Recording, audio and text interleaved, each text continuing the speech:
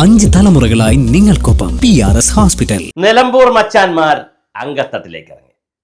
നിലമ്പൂരിന്റെ പോരാരംഭിച്ചു. 10 അപേക്ഷകളാണ് ഇന്നലെ സൂക്ഷ്മ പരിശോധനയ്ക്ക് ശേഷം അംഗീകരിച്ചിരിക്കുന്നത്.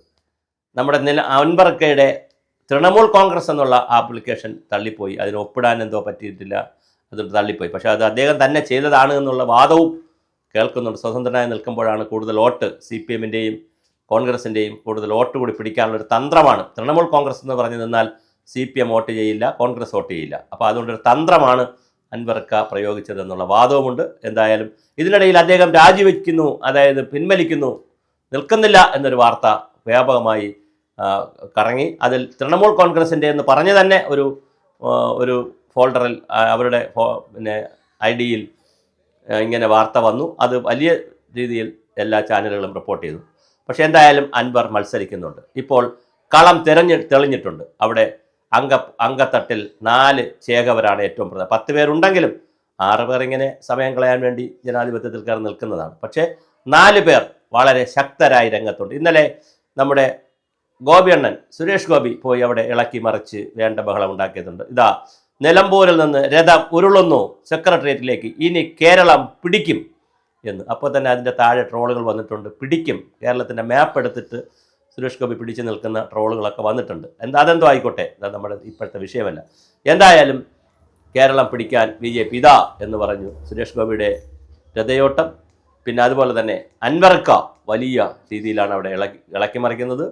75,000 വോട്ട് പിടിക്കും എന്നാണ് അദ്ദേഹത്തിൻ്റെ വാദം. നേരത്തെ 80,000 പിടിച്ചു, 75,000 പിടിച്ചു 2 പ്രാവശ്യമായിട്ട്. അപ്പോൾ വീണ്ടും 75,000 വോട്ട് പിടിച്ചിരിക്കും ഞാൻ, എൻ്റെ കയ്യിലാണ് വോട്ടർമാർ എന്നുള്ള രീതിയിൽ അൻവർ സാഹിബ് വന്നിട്ടുണ്ട്.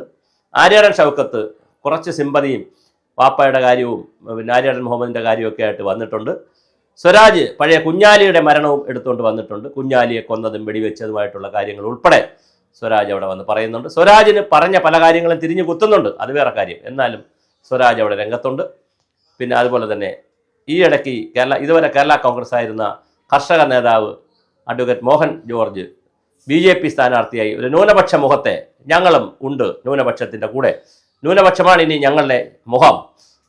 ഈ ചില വീടുകളിലൊക്കെ എഴുതിപ്പെട്ടില്ലേ, ചക്കുളത്തമ്മ ഈ വീടിൻ്റെ ഐശ്വര്യം എന്ന് പറഞ്ഞ പോലെ ക്രിസ്ത്യാനികളാണ് ഇനി ഈ വീടിൻ്റെ ഐശ്വര്യം എന്ന് പറയുന്ന രീതിയിൽ BJP-ക്കാർ കളത്തിലിറക്കിയിരിക്കുകയാണ് അഡ്വക്കേറ്റ് മോഹൻ ജോർജിന്. അപ്പോൾ ഇതെല്ലാം കൂടി വരുമ്പോൾ അടുത്ത 19-ാം തീയതിയാണ് തിരഞ്ഞെടുപ്പ്. ഇന്ന് 6 ആവുന്നു. ഇനി 13 ദിവസം മണ്ഡലമാകെ ഇളക്കി മറിക്കുന്ന പ്രവർത്തനങ്ങളാണ് നടക്കുക.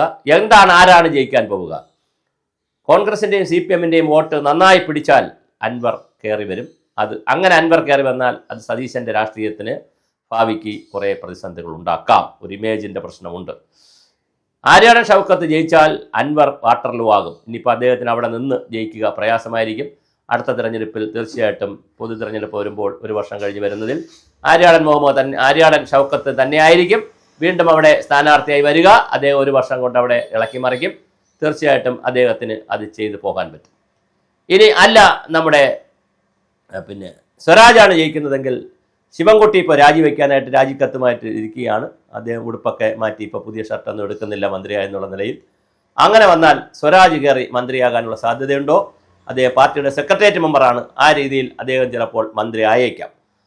പിന്നെ മോഹൻ ജോർജ് ജയിക്കാനൊന്നും സാധ്യതയില്ല. എങ്കിൽ പോലും 10-20,000 വോട്ട് പിടിച്ചാൽ വരുന്ന പഞ്ചായത്ത് തെരഞ്ഞെടുപ്പിൽ അല്ലെങ്കിൽ അസംബ്ലി തെരഞ്ഞെടുപ്പിൽ ഒരു ശക്തിയായി നിൽക്കാൻ മോഹൻ ജോർജിനും BJP-ക്കും കഴിയും.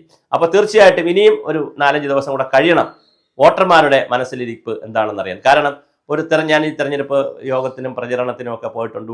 നേരത്തെ തിരഞ്ഞെടുപ്പ് പ്രചരണത്തിന് പോയിട്ടുണ്ട് രാഷ്ട്രീയ പാർട്ടികളുടെ ഭാഗമായി. അപ്പോൾ അവസാന ലാപ്പിലൊക്കെയാണ് കുറച്ച് പേരെങ്കിലും തീരുമാനമെടുക്കുന്നത്. ഒരു 5-10% ആളുകൾ ആര് ജയിക്കുന്നവർക്ക് വോട്ട് കൊടുക്കാമെന്ന് വിചാരിക്കുന്ന ഒരു ചെറിയ ശതമാനമുണ്ട്. അതുപോലെ തന്നെ ഓരോ ദിവസവും നടക്കുന്ന ട്രെൻഡ് നോക്കി പത്രത്തിലെ വാർത്തകൾ, കാരണം ഇനി അടുത്ത 13 ദിവസം കൊലപാതകം, കേസ്, വഴക്ക് ഇതൊന്നും വരാതിരിക്കണം. വലിയ വേദന ഉണ്ടാക്കുന്ന വലിയ സംഭവങ്ങളൊക്കെ ഉണ്ടായാൽ സ്വാഭാവികമായിട്ട് ഇപ്പോൾ ഒരു വന്യജീവി ആക്രമണം അങ്ങനെ എന്തെങ്കിലുമൊക്കെ അവിടെ ഉണ്ടായാൽ തീർച്ചയായിട്ടും സ്ത്രീകളൊക്കെ കൊണ്ട് തിരിയും. അപ്പോൾ ഇനിയൊരു 13 ദിവസം കണ്ണിൽ എണ്ണ ഒഴിച്ചുള്ള ദിവസങ്ങളാണ്. അപ്പോൾ ആ ദിവസങ്ങളിൽ സംഭവിക്കുന്ന ഓരോ ചലനവും നമ്മുടെ തെരഞ്ഞെടുപ്പിനെ ബാധിക്കും. എന്തായാലും 19-ലേക്ക് നമുക്ക് ബൂത്തിലേക്ക് ചലോ പോളിംഗ് ബൂത്ത് എന്ന് പറയാം. 23 നമുക്ക് റിസൾട്ട് വരും. അതിന് പോലും 10-15 ദിവസം ഇല്ല, അല്ലെങ്കിൽ 17 ദിവസത്തിനകത്ത് നമുക്ക് റിസൾട്ട് വരും. എന്തായാലും നിലമ്പൂർ ആരംഭിച്ചു കഴിഞ്ഞു. ഈ പോരിൽ ആരുടെയെല്ലാം തലകൾ ഉരുളും, ഏതെല്ലാം തലകൾ ചതയും, എന്താണ് സംഭവിക്കുക എന്നുള്ളത് നമുക്ക് കാത്തിരുന്ന് കാണാം. എങ്ങനെ സംഭവിച്ചാലും ആര് ജയിച്ചാലും ഒരുപാട് ചലനങ്ങൾ സംസ്ഥാന രാഷ്ട്രീയത്തിൽ ഉണ്ടാക്കുന്ന, പല പുതിയ നേതാക്കളെ സൃഷ്ടിക്കുന്ന, പുതിയ പലരുടെ ഇമേജുകൾ തകർക്കുന്ന ഒരു തെരഞ്ഞെടുപ്പായി നിലമ്പൂർ കയറി വന്നു. 8-നും 12-നും കോടി തുകയ്ക്കിടയിലുള്ള തുക, 8 മുതൽ 12 കോടി വരെയാണ് ഈ ഇലക്ഷൻ്റെ ചിലവ് എന്ന് ഔദ്യോഗികമായിട്ട് അറിയുന്നു. എന്തിനാണ് ജനാധിപത്യത്തിൽ ഈ 5-ാം വർഷത്തിൽ ഒരു 12 കോടി പാവപ്പെട്ട നിങ്ങളും ഞാനും ടാക്സ് കൊടുക്കുന്ന തുകയിൽ നിന്ന് ഉപ്പ് വാങ്ങുമ്പോൾ, മുളക് വാങ്ങുമ്പോൾ, എന്തെല്ലാം വസ്തുക്കൾ വാങ്ങുമ്പോൾ, അപ്പോഴെല്ലാം പെട്രോൾ അടിക്കുമ്പോൾ, ഡീസൽ അടിക്കുമ്പോൾ ഒക്കെ കൊടുക്കുന്ന ടാക്സിൻ്റെ ബാക്കി കൂടി എടുത്ത് ഇലക്ഷൻ കമ്മീഷൻ എന്തിനാണ് ഇങ്ങനെ ഒരു പൊറാട്ട നാടകം നടത്തുന്നത്, ഒരു കോമാളി വേഷം കെട്ടുന്നത് പോലുള്ള പരിപാടികളാണെന്ന് ആക്ഷേപം വന്നിട്ടുണ്ട്. അതെൻ്റെ അഭിപ്രായമല്ല, വലിയ ആക്ഷേപമാണ് ഇതിനെ സംബന്ധിച്ച്. കേന്ദ്രമന്ത്രി സുരേഷ് ഗോപി പോലും പറഞ്ഞത് തീർച്ചയായും എന്തിനാണ് ഇപ്പോൾ ഒരു അടിച്ചേൽപ്പിച്ച തെരഞ്ഞെടുപ്പ് എന്നാണ് പറയുന്നത്. അപ്പോൾ തീർച്ചയായിട്ടും ഈ തെരഞ്ഞെടുപ്പിൽ ആര് ജയിക്കുമെന്ന് നമുക്ക് നോക്കാം. അംഗം മുറുക്കിക്കഴിഞ്ഞു, കാണികൾ രംഗത്ത് വന്നു, ഗാലറി സജീവമായി, എല്ലാവരും റെഡിയാണ്. നമുക്കപ്പോൾ ഒന്ന് ഉഷാറാകാം. നിലമ്പൂരിലേക്ക് ക്യാമറ തിരിക്കാം.